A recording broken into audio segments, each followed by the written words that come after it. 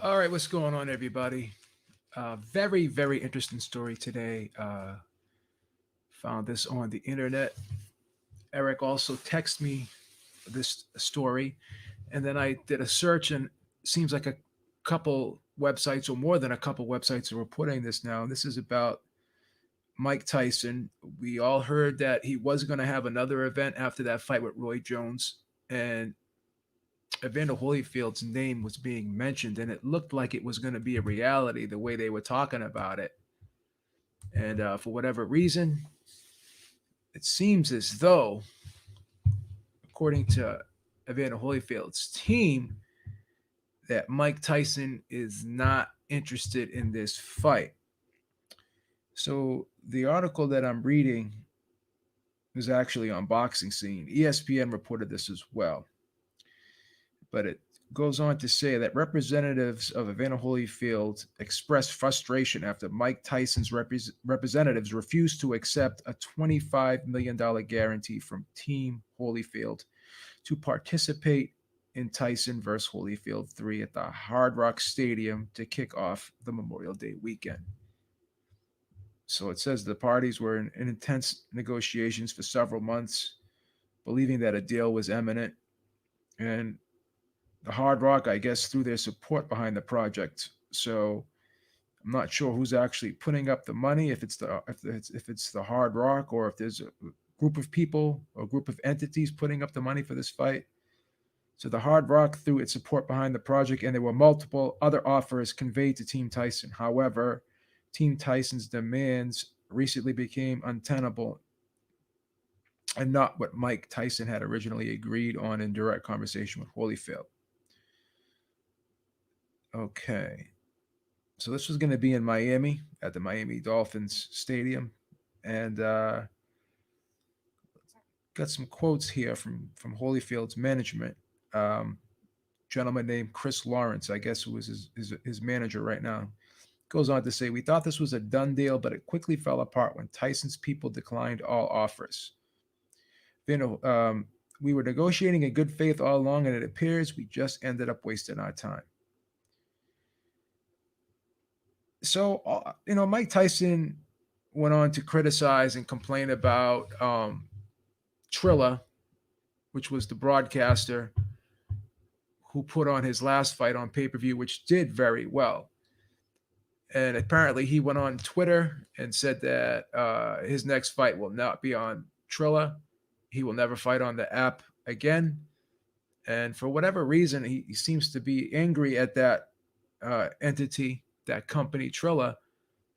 I don't know. It seemed like a very successful promotion. It seems like they did a good job in his last pay per view event. I'm not sure what he's upset about, but this is only one side of the story. We haven't heard Mike Tyson's side yet. We do know that he seems to be unhappy with Trilla, who was the broadcaster of his last fight. We all know that they will be doing Teofimo Lopez's next fight. So Trilla had to do something for Mike Tyson to be upset. So I don't know what they did, why he's upset with them, what the problem is, what's going on with the whole situation. I don't know. I just don't know. I don't know what's going on, to be perfectly honest with you. But apparently Mike Tyson's upset, and it just looks like this fight's not going to happen. So Mike Tyson has said that he's going to do another event, but will it be against Evander Holyfield? So, I'd really like to know what the actual problem was. Where was the breakdown in the negotiations? Because Holyfield, the way he's talking, he wants it to be a third fight. Because Holyfield's a very competitive person. I don't know if he could do an exhibition. And maybe Mike Tyson is sensing that, because when he and Roy Jones fought, they really weren't going at each other hard. They weren't trying to hurt each other. They were trying to put on a good show. Maybe he's concerned that Holyfield's going to try and fight for real, and then he's going to get upset and frustrated. He may revert back to his old tactics if he gets frustrated, and he may do some dirty things in retaliation because of being frustrated with Holyfield. Because, maybe he's concerned about the headbutts, because Holyfield did headbutt him a lot, in in their first two fights, and that was an issue. You could see how Tyson was busted up around the eyes in both fights because of Holyfield's headbutts. So maybe he's concerned about that. And once again, I really question whether or not Holyfield could go into this fight saying that I'm just going to go in there and have an exhibition and not really look to hurt Mike Tyson or not really look to hurt each other.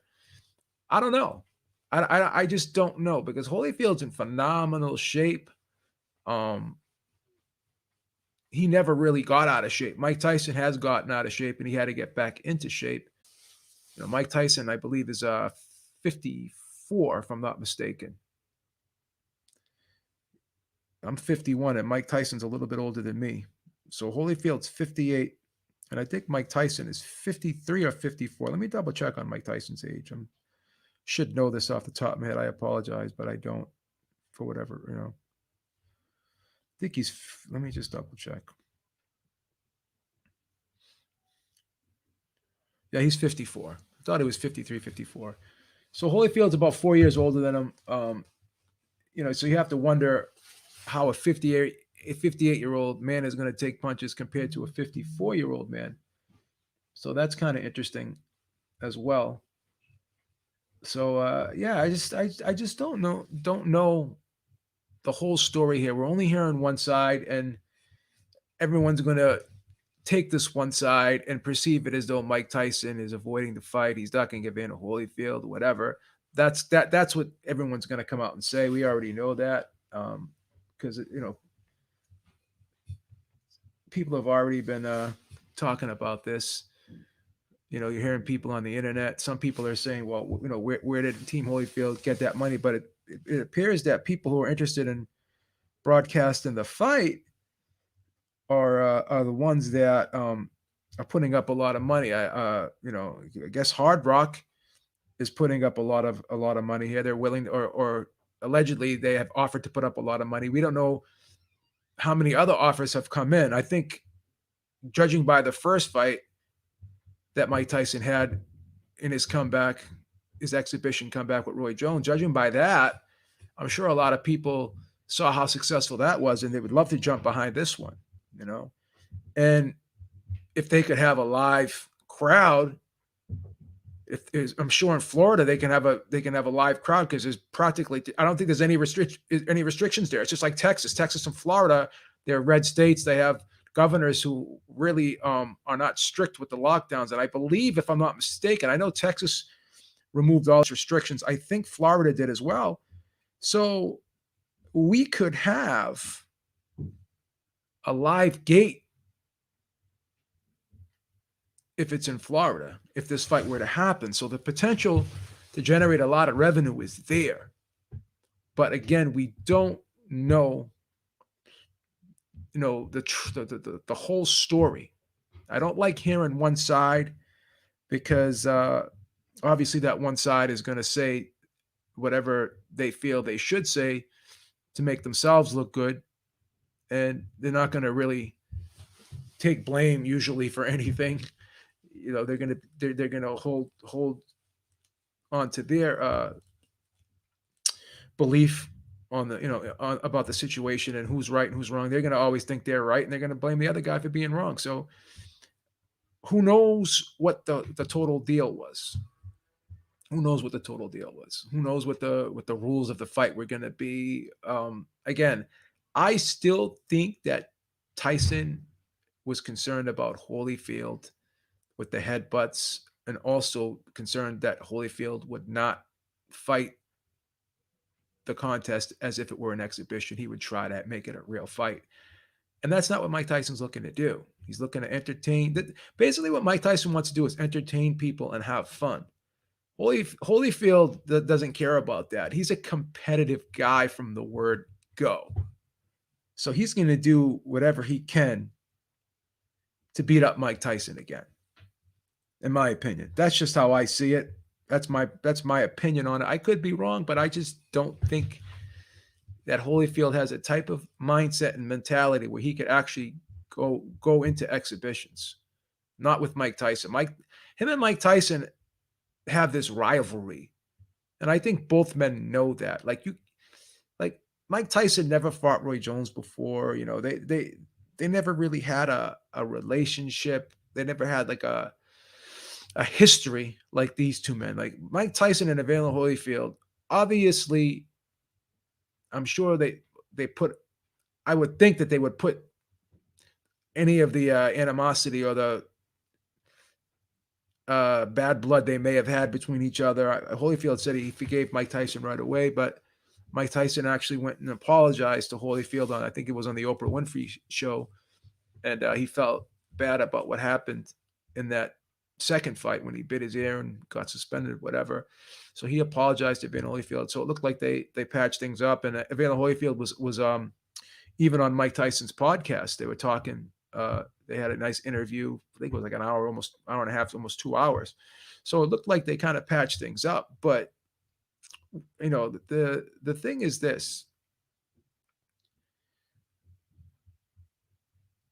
who knows if Mike Tyson will have like PTSD from what happened in the first two fights and maybe get a flashback in the third fight. There's a lot of moving parts here that we just don't know about. I'm not 100% sure that Mike Tyson really, really does want to get in that ring with Evander Holyfield again. I think he has reservations about it. And I'm not going to sit there and say he's concerned about it, like he's afraid of him. Obviously, I think he is concerned about it, but I don't think he's afraid of Evander Holyfield. I think he's afraid of what he might do if he's pushed like he was in those first two fights. Because I don't think I've ever seen a fight from Evander Holyfield where he hasn't headbutted an opponent, whether it be by accident or not, or intentional. His style of fighting, he just leads with his head. He's throwing a punch and he leans forward with his head, and his head's coming along with that punch. And if he makes contact with his opponent's head, I don't think he really cares. As long as he's able to throw his punch and hit the other guy with the fist, and if he follows up with the headbutt on top of that, then I don't think he really cares, to be perfectly honest with you. I don't think he really cares. But yeah, I'm just curious to see. I hope we do get a statement from Tyson's team. And I don't know. I just hope that this could be worked out, because I think this is interesting. I think this is interesting, And who would pick up the pay-per-view? Who would broadcast the pay-per-view if it's not going to be Triller? Who else is going to be interested in that? Who else could do it? Would Showtime pick it up? They have a relationship with Mike Tyson. Would Fox? I don't know. I think anyone would just look at the success of Mike Tyson's first exhibition, and they would jump at this chance to broadcast it and be involved in this event if it were to happen. Another stupid story I heard today was from Oscar De La Hoya. I'm not going to do a video on this. I'm not going to dedicate a whole video to this, but he came out and said that he feels as though he's going to promote Canelo Alvarez again. And where he gets that notion from, I don't know. How he, I don't know what type of, indication he's getting from Team Canelo that they would be willing to allow De La Hoya to be their promoter again after what had transpired between the two sides, and how lawsuits were back and forth between the two parties. It didn't really end well. So I don't know where Oscar De La Hoya sees that, or how he sees, or what sign he's getting that he could ever promote Canelo Alvarez again. I don't know where he's getting that from. I find that very bizarre for him to say something like that, just out of the blue. De La Hoya is a weird character. A lot of times, we like to make fun of him, but at this point, I don't even think I'm going to really make fun of him anymore. I think the guy's really sick. When I'm watching him being interviewed now, listening to him talk, looking at his face, just how he just doesn't look normal. It's like something looks off. Something is wrong with this guy, legitimately.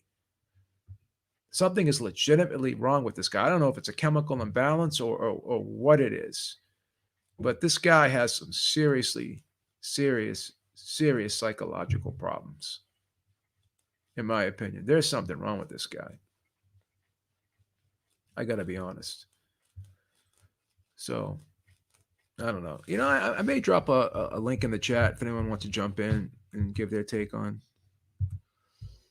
both of these stories that I talked about just now. If anyone wants to jump in, I'll give people a chance to jump in if they want. Even if they don't, stay on for a couple more minutes because there's not too much else to say about the topic. But yeah. I just don't think. I mean, maybe he sees how good Canelo and how successful Canelo's doing without him, and he's kind of getting jealous now. And he's like, "Oh, what did I do?" But again, you misrepresented the guy. You went behind his back and you told the zone one thing, and then you went back to him and told him another. So you didn't act in good faith in doing business with him. So, if I was him, I wouldn't want to work with you again.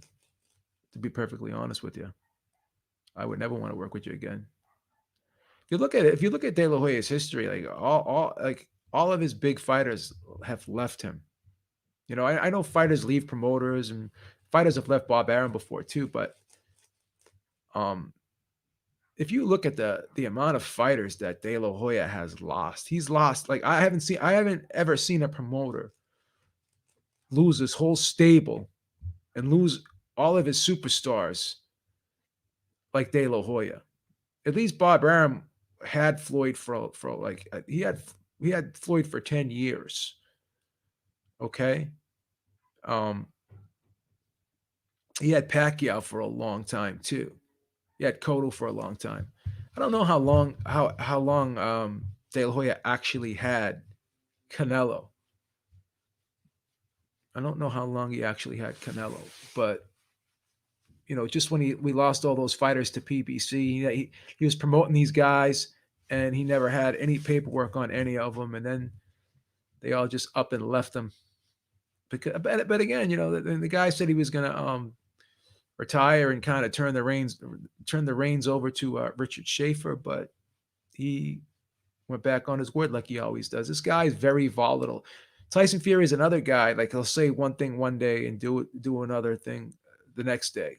So these guys will talk, but they never actually, or not never, but for the most part, a lot of times they do not stand by their word. So we'll see what happens.